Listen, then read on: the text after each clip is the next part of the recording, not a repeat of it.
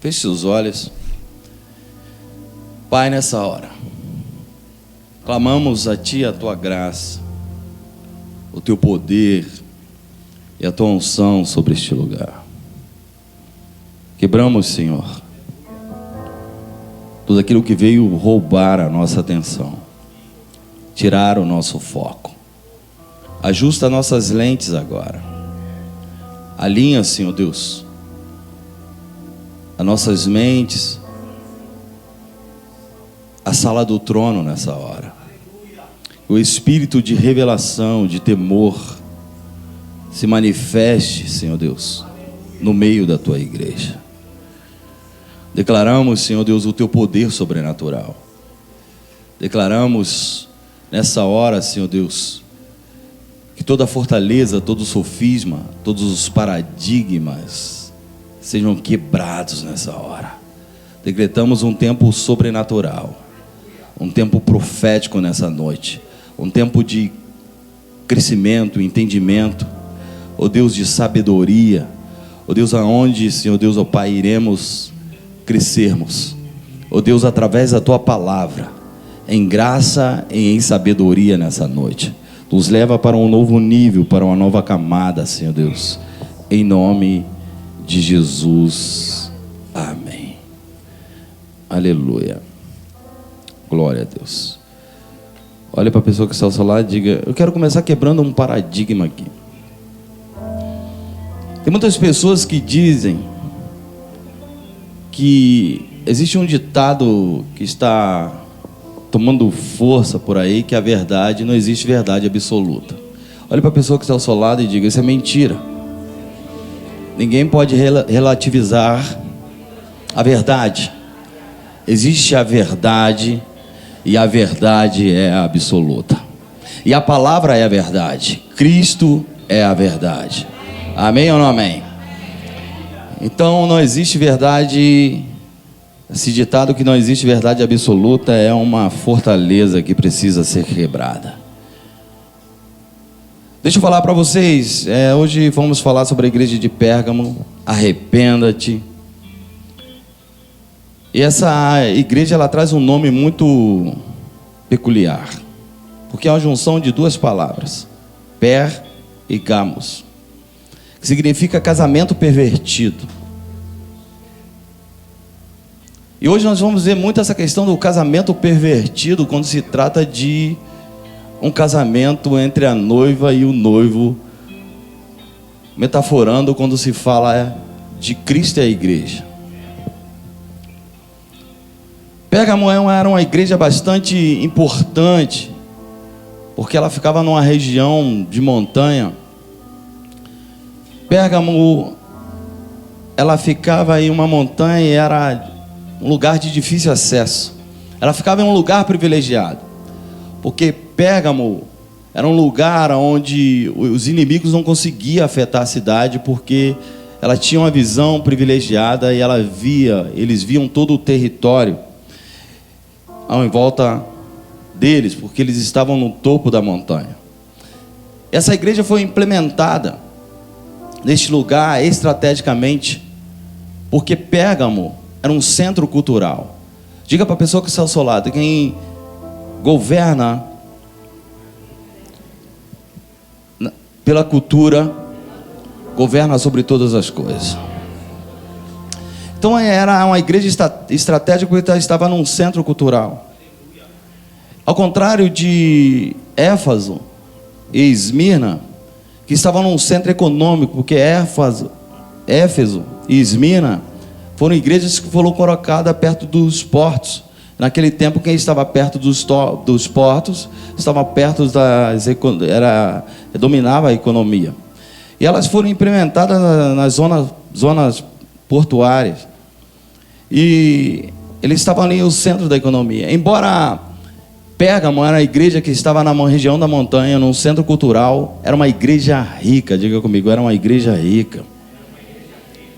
E Pérgamo, ela tinha a maior biblioteca, a segunda maior biblioteca da época, com 250 mil papiros, ou 250 mil livros. Ela tinha também uma escola de medicina, uma universidade onde formava os médicos. Então era uma cidade bastante conhecida. E naquela época a medicina estava muito relacionada ao misticismo. Eles tinham um Deus, o Deus serpente, que eles entendiam que o Deus serpente curava. E até hoje, você vai ver que no jaleco dos médicos, o símbolo da medicina é uma serpente, porque estava correlacionado a Pérgamo. E além disso, eles fizeram um templo de adoração ao imperador, porque todo imperador, quando morria na época, ele se tornava um deus. Só que o imperador de Pérgamo, ele queria ser adorado vivo. Ele não queria ser adorado após a morte. Então foi a primeira cidade a construir um templo para adorar o imperador. E Pérgamo, ele tinha 3 templos. Um templo para o imperador, um templo para Zeus e um templo para o Deus serpente. Esses 3 templos simbolizavam uma afronta à Trindade. Porque o templo a Zeus, ele tinha uma adoração constante, ele tinha uma adoração 24 horas, e Zeus, ele era uma afronta ao Deus Pai. Então eles substituíam a adoração a Deus Pai para adorar a Zeus. O segundo templo era o templo Deus Serpente. Esse templo era um templo que a adoração era voltada para o Deus da cura, porque eles entendiam que o Deus serpente era o Deus da cura e o Deus dos dons. E ele afrontava ao Espírito Santo. E o terceiro templo era o templo que era voltado à adoração ao imperador. Porque o imperador, ele entendia que ele era o Filho de Deus e era uma afronta ao próprio Jesus. Entenda algo. A primeira coisa que Jesus afirma ali, e Jesus nessa cidade, aí no versículo 13, Jesus vai falar: eu sei aonde vocês vivem, vocês moram aonde está o trono de Satanás.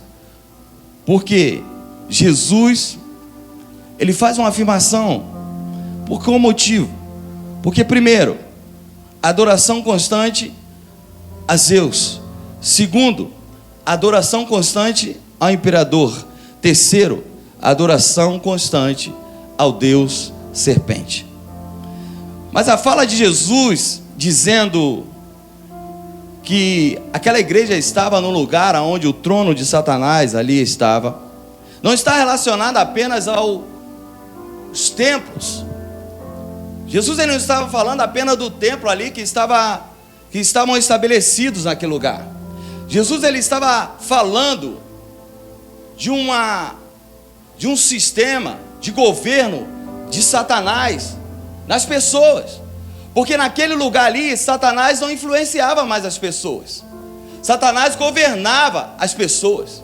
Jesus, ele estava chamando a atenção que enquanto o povo estava preocupado com os templos, Satanás estava implementando um sistema de crença. Ele estava entrando na mentalidade do povo, e o povo estava passando a adorar Satanás. Mas a igreja que estava ali, ela não havia deixado a adoração a Deus, ela estava resistindo àquilo ali. Ela estava ali no lugar onde Satanás habitava, onde Satanás estava implementando um sistema de crença, onde Satanás havia entrado no sistema, onde ele estava trazendo uma mentalidade pagã. Mas a igreja de Pérgamo, ela prevalecia em adoração ao próprio Deus. Entenda algo, e muitas das vezes nós estamos preocupados com o mundo físico, porque nós temos a tendência de ser místicos. Só que Deus, ele está nos chamando nesse tempo a uma alerta, a atenção, para nós nos preocuparmos com a mentalidade que Satanás, ele está tentando implementar no meio do povo da igreja, no meio da igreja. Ei, eu quero falar para você nessa noite, Deus nessa noite, ele vai afetar o sistema de crença de muitas pessoas que adentraram essa igreja hoje. E muitas das vezes nós estamos preocupados com o físico, quando Satanás já tomou o sistema espiritual. Naquele dia, naquele lugar, Satanás já havia tomado o sistema espiritual. É o que o que é o sistema espiritual que Deus ele estava falando, que Jesus estava falando para aquela igreja? Ele estava falando da mentalidade. Olha para a pessoa que está ao seu lado. Quando o diabo toma a mentalidade, não existe nada que se possa fazer. Então, Jesus estava falando daquela mentalidade que já havia sido instalada por Satanás. Exemplo aqui na nossa região. O problema da nossa região não são os templos de feitiçaria, não são as umbandas. É exatamente a mentalidade. Porque você pode olhar, repare os jovens dessa região. Você nem vê pouquíssimos com a mentalidade de crescimento, com perspectiva de vida. A maioria deles pensam em primeiro namorar, usar droga, passar a maior parte da vida ou os primeiros anos da sua juventude gastando, bebendo, indo para baile e sem nenhuma preocupação com o futuro, sem querer empreender, sem querer ter um futuro, sem querer ter uma perspectiva de vida.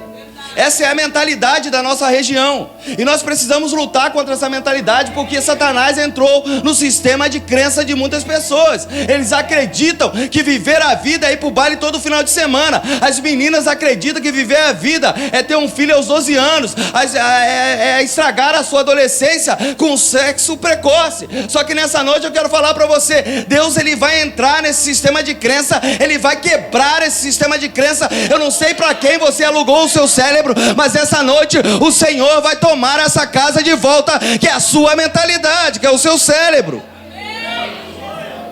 Entenda algo, o problema não são os templos físicos. Nós vemos no Japão, tem lá o templo a Buda, só que o problema é a mentalidade que os japoneses têm.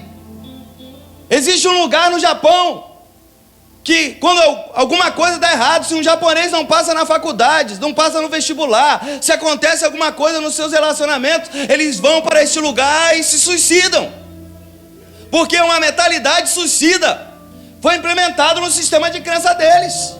Eles acham que é o único caminho. Porque o estrago que Satanás faz não é colocando um templo aqui, talvez satanista, é a mentalidade que ele implementa na cabeça de muitas pessoas. E nós vivemos uma região onde a mentalidade religiosa não permite que a igreja avance, porque há um reino dividido, é a igreja brigando contra a igreja, porque a mentalidade é que uma igreja atrapalha a outra, e Satanás ele entra nisso, ele se infiltra nisso, porque naquele tempo, qual era o maior problema da igreja de Pérgamos? Eram os infiltrados. Os infiltrados. Havia muitos infiltrados na igreja. Há muitos infiltrados na igreja.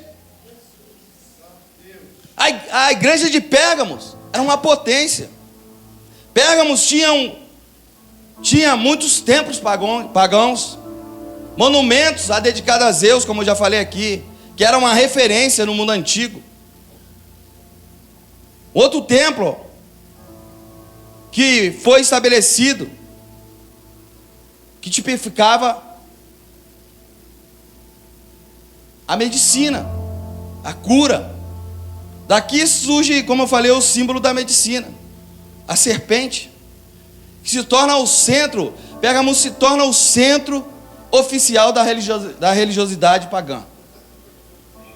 A adoração ao imperador de Roma, a Zeus, ao deus serpente. E nesse cenário surge o primeiro mártir, segundo a tradição cristã. É muito forte isso aqui, Antipas.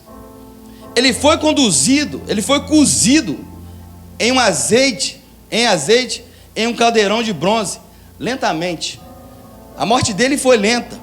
Por quê? Porque ele professava a sua fé publicamente. Isso aconteceu durante o reinado de Domiciano. Eles pegaram Antipas, colocaram em um caldeirão de bronze, fervendo, e foi cozinhando ele, lentamente. Aí você olha e fala assim, é difícil servir a Cristo. Difícil servir a Cristo era no tempo de Antipas.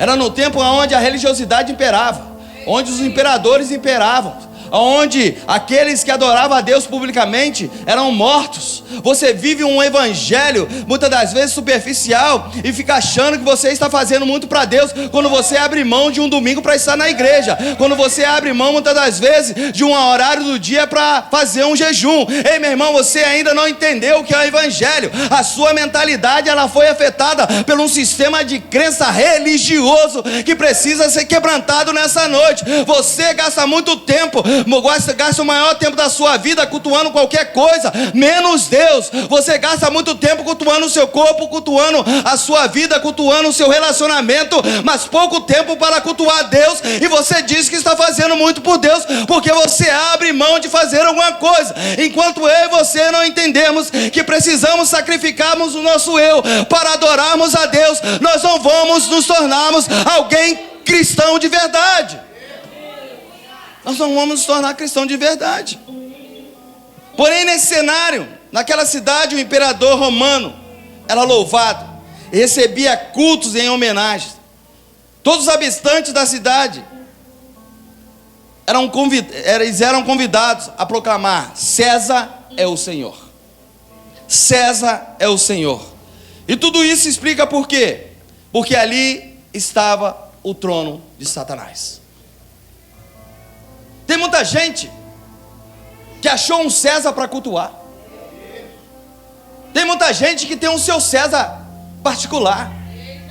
Tem muita gente dizendo no culto: César é o Senhor. Tem muita gente cultuando a César. E a pergunta que não quer calar é: qual é o César que você tem cultuado? Não, você não está aqui nessa noite.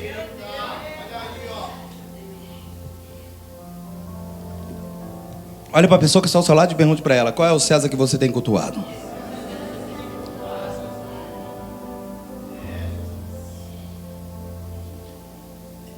E o tempo foi passando, e Roma acompanhava isso de perto. E quando Roma percebe, olha como o inimigo ele é estratégico. E quando Roma percebe que quanto mais o povo era moído, mais eles exalavam um perfume de Jesus Cristo, o cheiro era capaz de trazer outras pessoas para serem mais crentes, diferente de hoje em dia. Hoje em dia o cheiro do crente, ele espanta as pessoas de serem crentes. Naquele tempo o cheiro dos crentes atraíam mais crentes, porque quanto mais eles eram perseguidos, quanto mais eles eram massacrados, mais crentes eram atraídos, mais crentes vinham, mais pessoas se convertiam. E Roma entendeu que precisava fazer algo, porque não adiantava massacrar. Precisava de um plano maquiavélico. Para quê? Para pegar os cristãos de outra maneira. E o que Roma faz? Roma estabelece uma aliança, um casamento. Preste atenção. Eles mudaram a tática. No ano 313, foi proclamado um edito de Milão, onde o cristianismo se torna uma religião do Estado de Roma. Ou seja, a partir daquele momento, todo mundo tinha que se converter ao cristianismo. Lembra que a profeta falou semana passada que a estratégia era unir para dividir. Então a estratégia deles era unir para diluir. Essa foi a estratégia deles. E era um casamento que se dava naquela hora. Então o que eles fizeram? Todo mundo aqui agora é cristão. É como se Lula e a esquerda toda se convertesse à direita. E agora os cristãos não são mais perseguidos. E agora está tudo bem, está tudo certo. Agora todo mundo é de direita, todo mundo tem liberdade. Agora está tudo bem. Só que era uma estratégia maligna. E aqui se aplica um ditado que você conhece muito: se você não pode com eles, se ajunte-se a eles. Nenhum cristão seria mais morto na arena.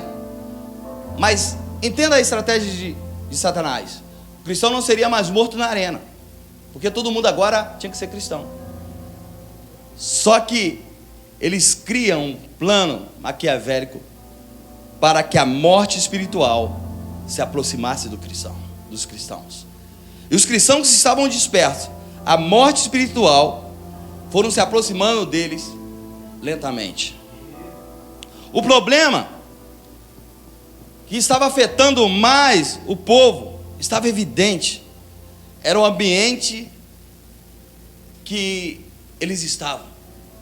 Eles estavam em um ambiente onde, em Pérgamos, onde durante todo esse tempo eles eram perseguidos de outra forma. Ao não aderirem às festas religiosas da cidade, os crentes, eles eram excluídos da economia, das festas, eles foram sendo colocados de lado da vida social, econômica da cidade, pois a economia estava muito ligada à religião naquela época. Se você não estivesse ali envolvida na religião, nos cultos pagãos, você provavelmente era colocado de fora do mercado de trabalho, você não era uma pessoa que poderia empreender. A igreja começou a se tornar mundana. E olha o que aconteceu. Isso aí que saiu aqui. O negócio é sério, irmãos. Olha para a pessoa que está ao seu lado e diga: o negócio é sério.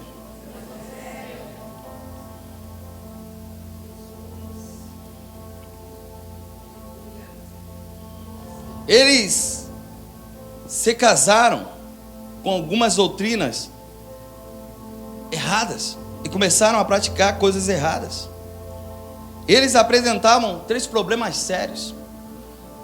E o primeiro problema daquele lugar, o trono de Satanás. Diga comigo: o trono de Satanás. Essa igreja, ela cometia adultério espiritual, trocava a sua fé por dinheiro. É bem parecido como hoje. Tem muita gente trocando a sua fé por dinheiro. Olhe para a pessoa que está ao seu lado e diga para ela: trocar a sua fé por dinheiro é adultério espiritual. Em Pérgamo estava cheio disso. Estava cheio de gente que trocava a sua fé por dinheiro. Essa passagem se refere às seitas misteriosas da Babilônia, que estabeleciam seus quartéis generais em Pérgamos.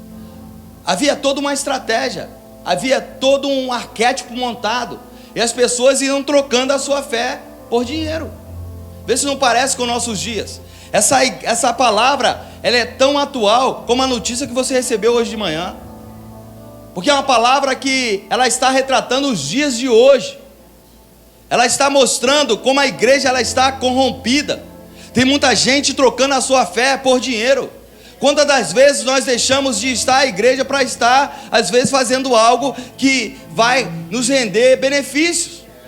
Quantas das vezes nós abrimos mão de Deus porque não queremos abrir mão da nossa própria vida? Então olhe para a pessoa que está ao seu lado e eu vou repetir o que eu já disse. Enquanto nós não nos sacrificarmos e sacrificarmos o nosso eu, nós não seremos cristãos de verdade. A segunda doutrina era a doutrina de Balaão, e aqui é forte. Balaão foi alguém que arquitetou um plano para conduzir Israel à imoralidade.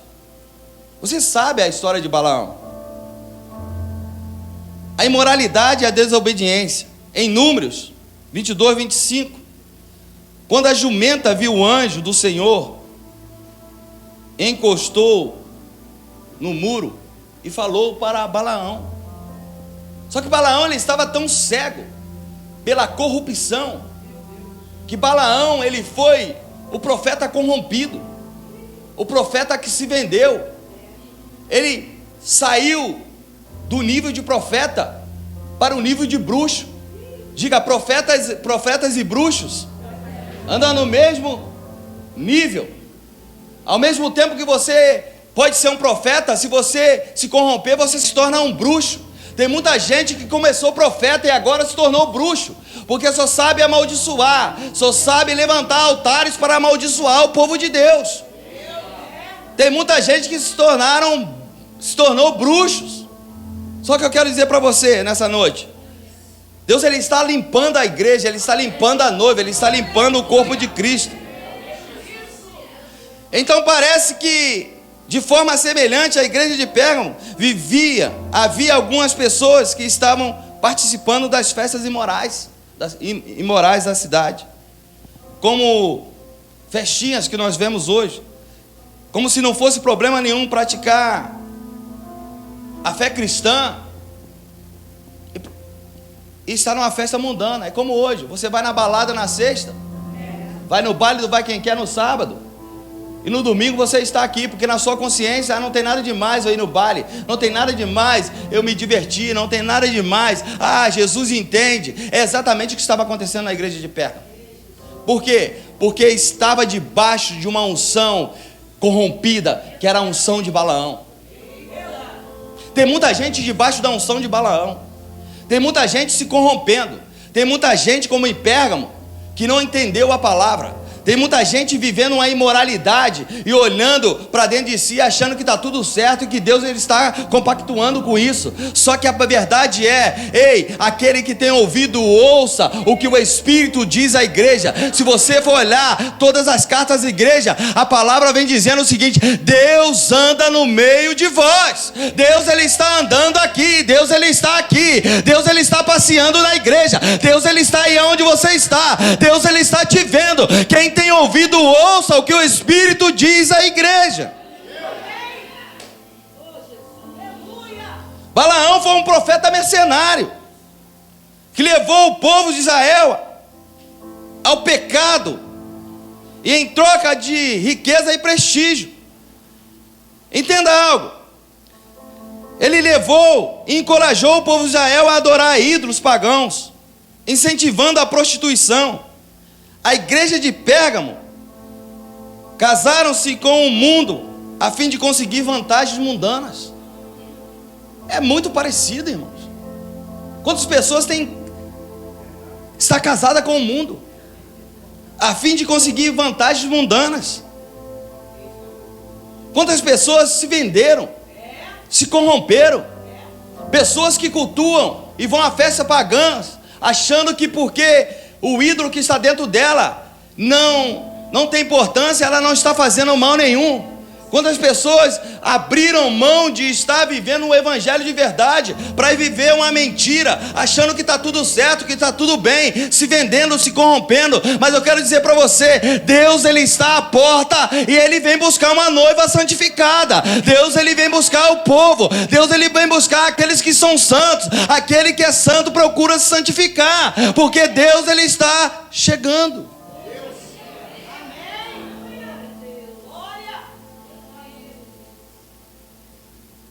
Balaão, ele montou altares para amaldiçoar o povo de Deus, porque ele amou o prêmio da maldição.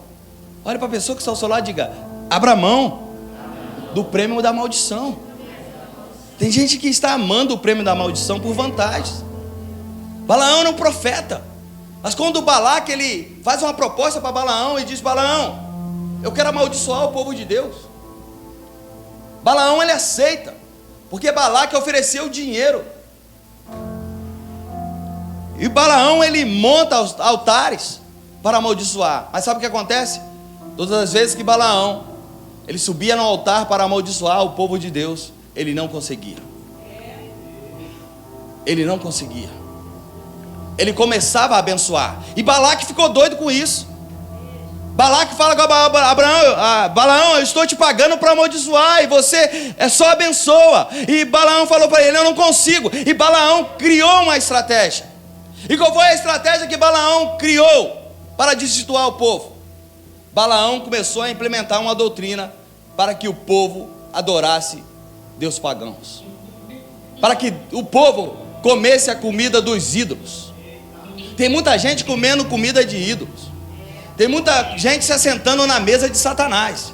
Tem muita gente que se diz cristãos, que estão sentando à mesa e comendo comida que não é para comer. Ei, meu irmão, abra mão das comidas que não são para comer. Abra mão de comida contaminada. O que é que são as comidas contaminadas, apóstolo? São as rodas onde você ouve, onde você fala. São os lugares onde você frequenta. São os bate-papos contrários que você permite em participar, que você permite se participar. Ei, eu quero dizer para você nessa noite: pare de assentar à mesa e comer da comida de ídolos. Afinal, essas pessoas propagavam a doutrina de Balaão, e Balaão ele ia se infiltrando. Só que a igreja de Pérgamo tolerava essas coisas. É por isso que a palavra vai dizer: eu tenho contra ti, porque vocês têm aceitado a doutrina de Balaão. Eu tenho contra ti, vocês têm comido a comida dos ídolos. Mas para aqueles que forem fiéis, eu tenho um maná escondido. Olhe para a pessoa que está ao seu lado e diga: Deus tem um maná escondido para você. Não, diga, Deus tem um maná escondido para você.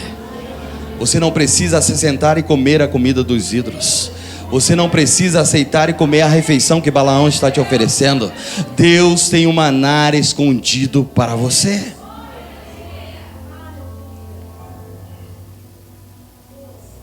Por essa razão,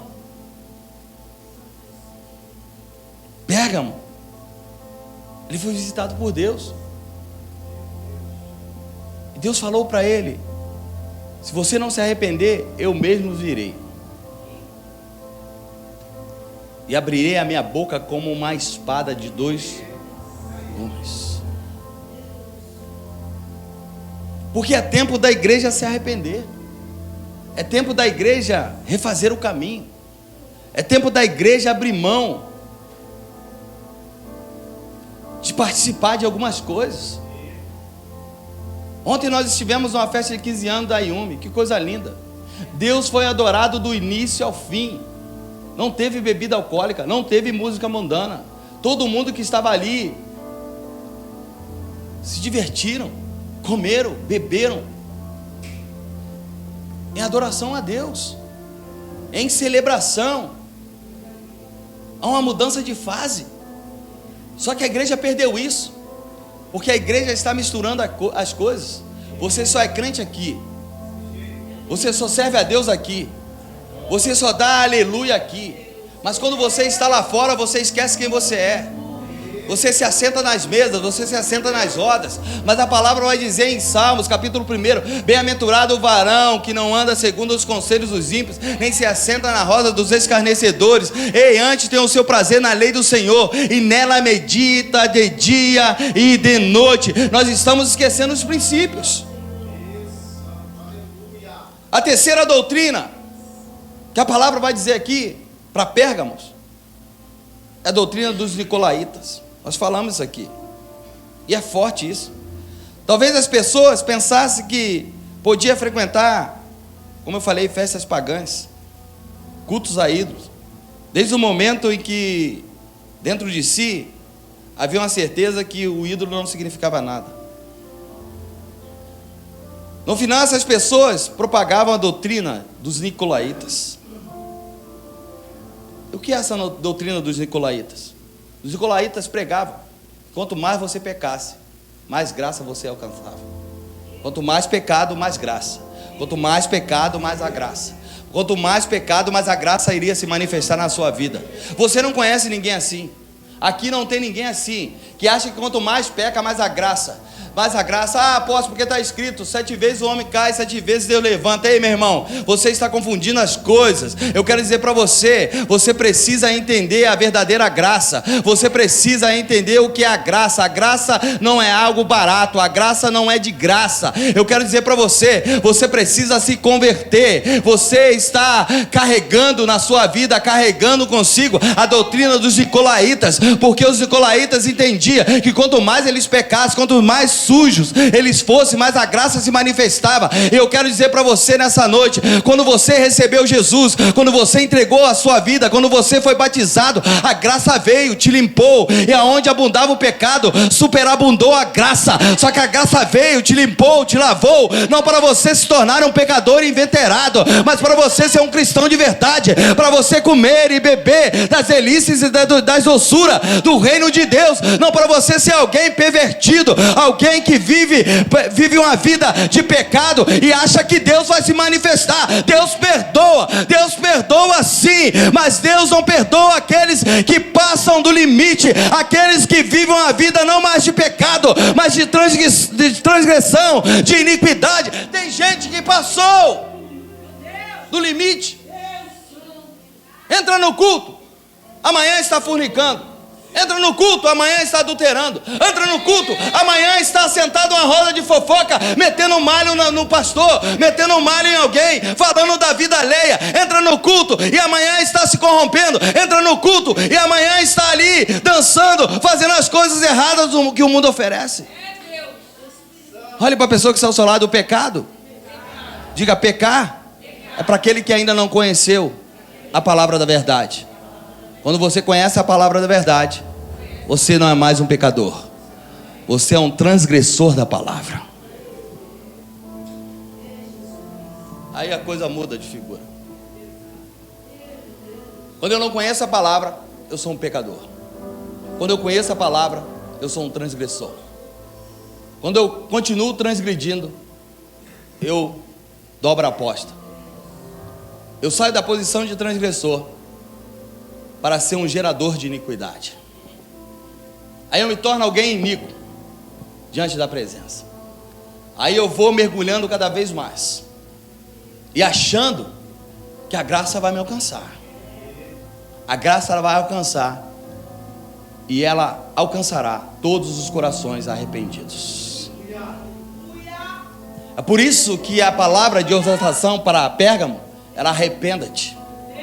Todo o coração arrependido a graça alcança, mas todo o coração endurecido a graça ela não pode alcançar.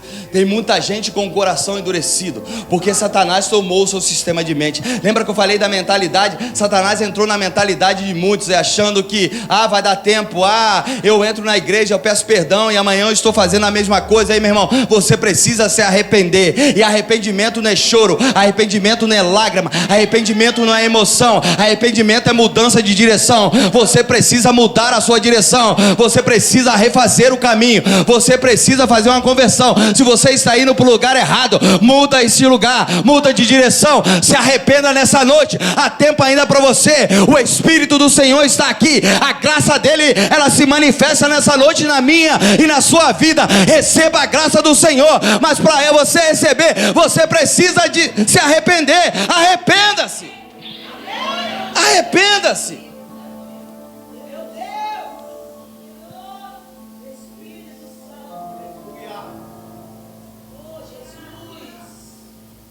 Afinal, aqui na palavra, a igreja de Pérgamo estava debaixo da doutrina dos nicolaítas. Basicamente eram pessoas comprometidas com o mundo. Tem muitas pessoas dentro da igreja comprometidas com o mundo. A pergunta é: com quem você está comprometido? Qual é o seu compromisso? Tem muita gente comprometida com o mundo. Tem muita gente aliançada com o mundo. Só que Satanás, ele é estratégico.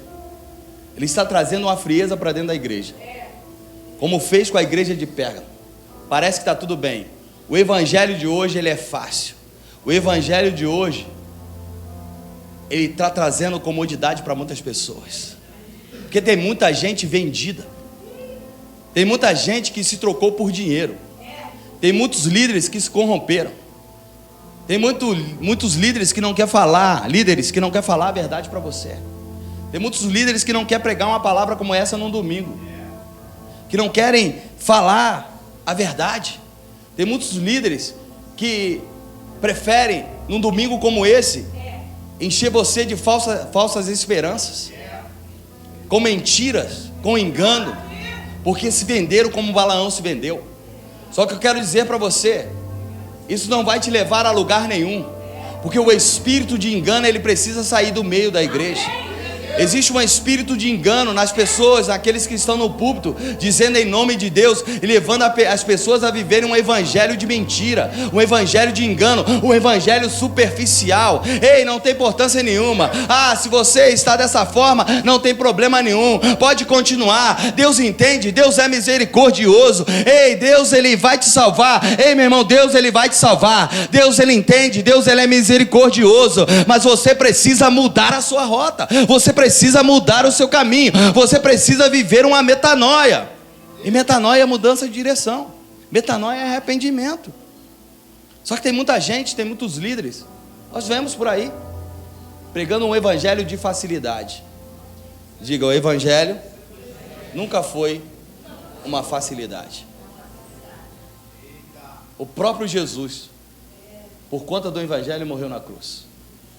Todos os apóstolos tiveram mortes trágicas por conta do evangelho. Nós acabamos de ler que Antipas foi cozinhado num caldeirão de azeite, aos poucos.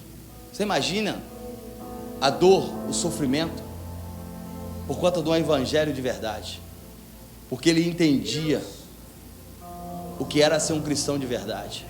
Hoje, por muito menos, abrimos mão. Hoje, por muito menos, ficamos aborrecidos, de biquinho com Deus, de mal com Deus, achando porque aquilo que você idealizou não aconteceu, Deus é culpado. Eu não quero mais ser crente não. Olhamos às vezes para um irmão nosso, alguém que está ao nosso lado, que faz alguma coisa que nos aborrece. Não vou mais na igreja não, eu não quero saber mais de igreja não, vou para outro lugar. Ei, meu irmão, eu quero dizer para você, o único lugar que você tem que ir é para os pés da cruz. Você precisa de fato viver um arrependimento, você precisa de fato viver uma vida em Deus de verdade. Tem muita gente arrumando muito probleminha, porque você quer ouvir aquilo que você quer ouvir. Só que o evangelho, ele não vai te proporcionar ouvir aquilo que faz bem ao seu ego, aquilo que vai inflar o seu ego. O evangelho de verdade, ele vai confrontar você. É por isso que a verdade, ela é absoluta, quando a verdade é a palavra. Então não adianta querer relativizar o evangelho, não adianta querer atualizar o evangelho. A palavra é uma só, e a palavra nessa noite, nesse tempo, para essa estação, para esse momento que nós estamos vivendo, é arrependa-se. Arrependa-se, arrependa-se. Tira esse César da tua casa, tira esse César do teu interior, tira esse César do teu trabalho, tira esse César que faz com que você cultue mais o teu corpo do que cultue a Cristo. Tira esse César que está roubando o teu tempo. Aquilo que eu gasto tempo é aquilo que eu cultuo. Quanto mais eu gasto tempo com alguma coisa, aquilo é o meu culto. Tem muita gente gastando tempo com César e dizendo: César é meu Senhor. Meu Deus.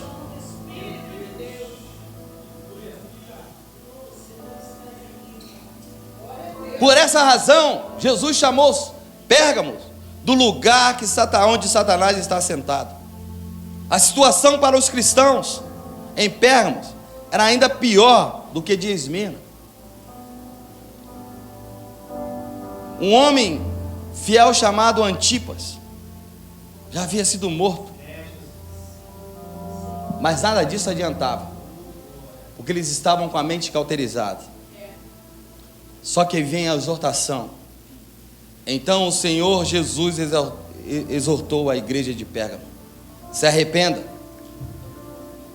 e disciplina seus membros falsos. Olha o que a palavra vai dizer: se arrependa e disciplina seus membros falsos.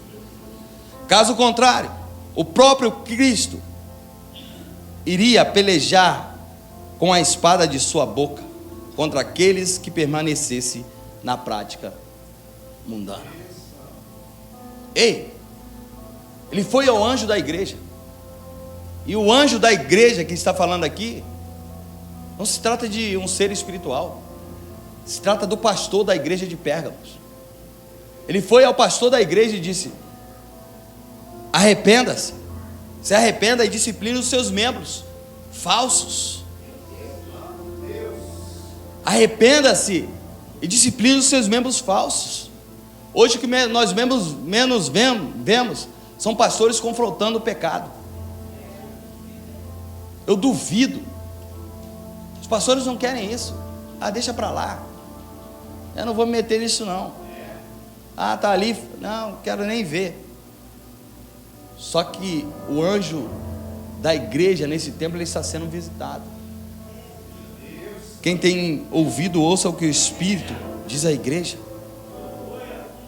Ele vai mais. E ao vencedor, depois de todas essas cartas, também inclui a promessa sobre a vitória. Aqueles que persistirem até o final receberão a recompensa. E nesta carta, a bênção para o vencedor está descrita em duas partes. Olha a primeira parte. O maná escondido. Darei o maná escondido para aqueles que permanecerem fiéis.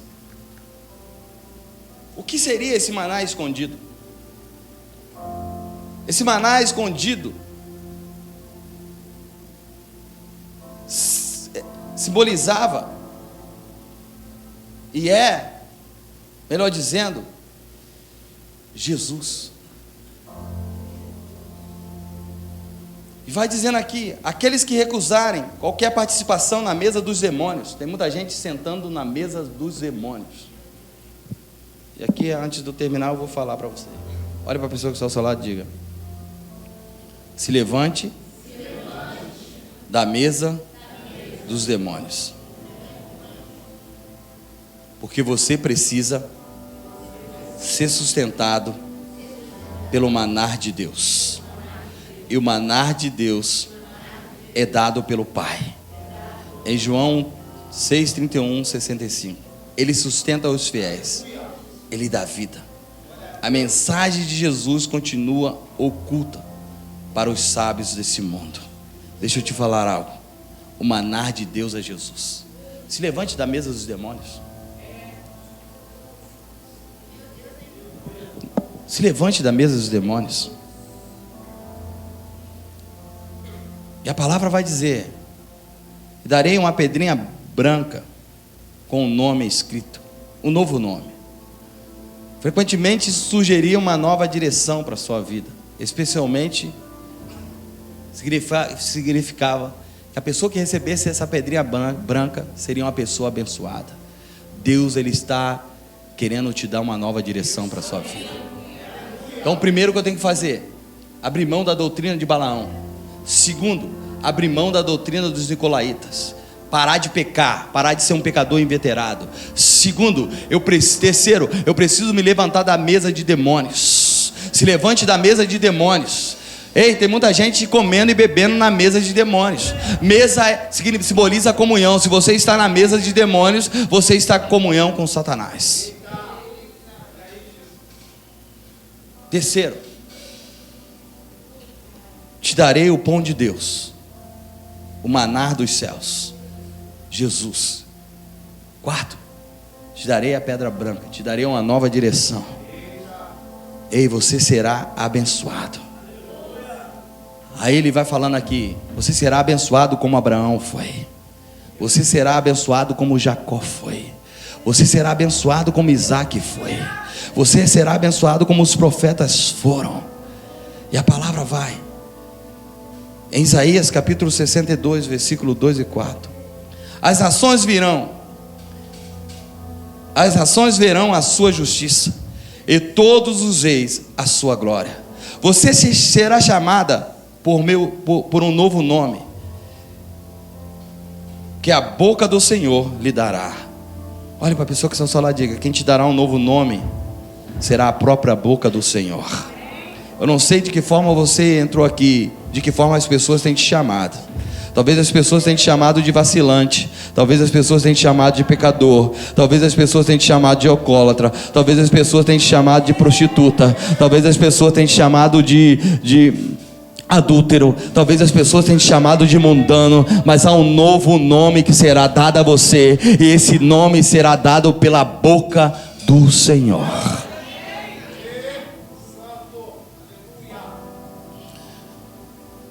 Ele fala mais: te darei um diadema real na mão do seu Deus. Não mais a chamarão de abandonada, nem de desposada da sua terra. Você, porém, será chamada,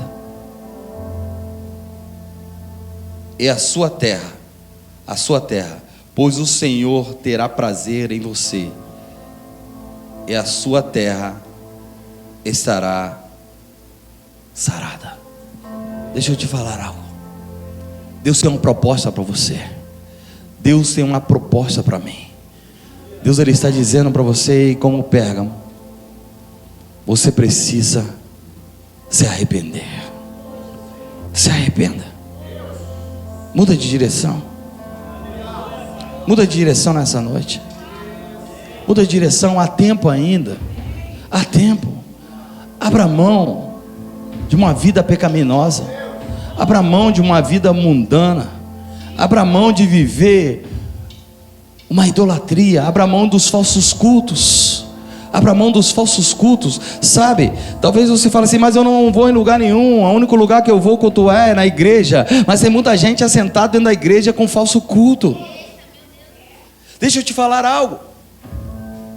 Existe um principado chamado Belial. Belial é o senhor dos falsos cultos. Tem muita gente oferecendo falsos sacrifícios. Se coloque de pé.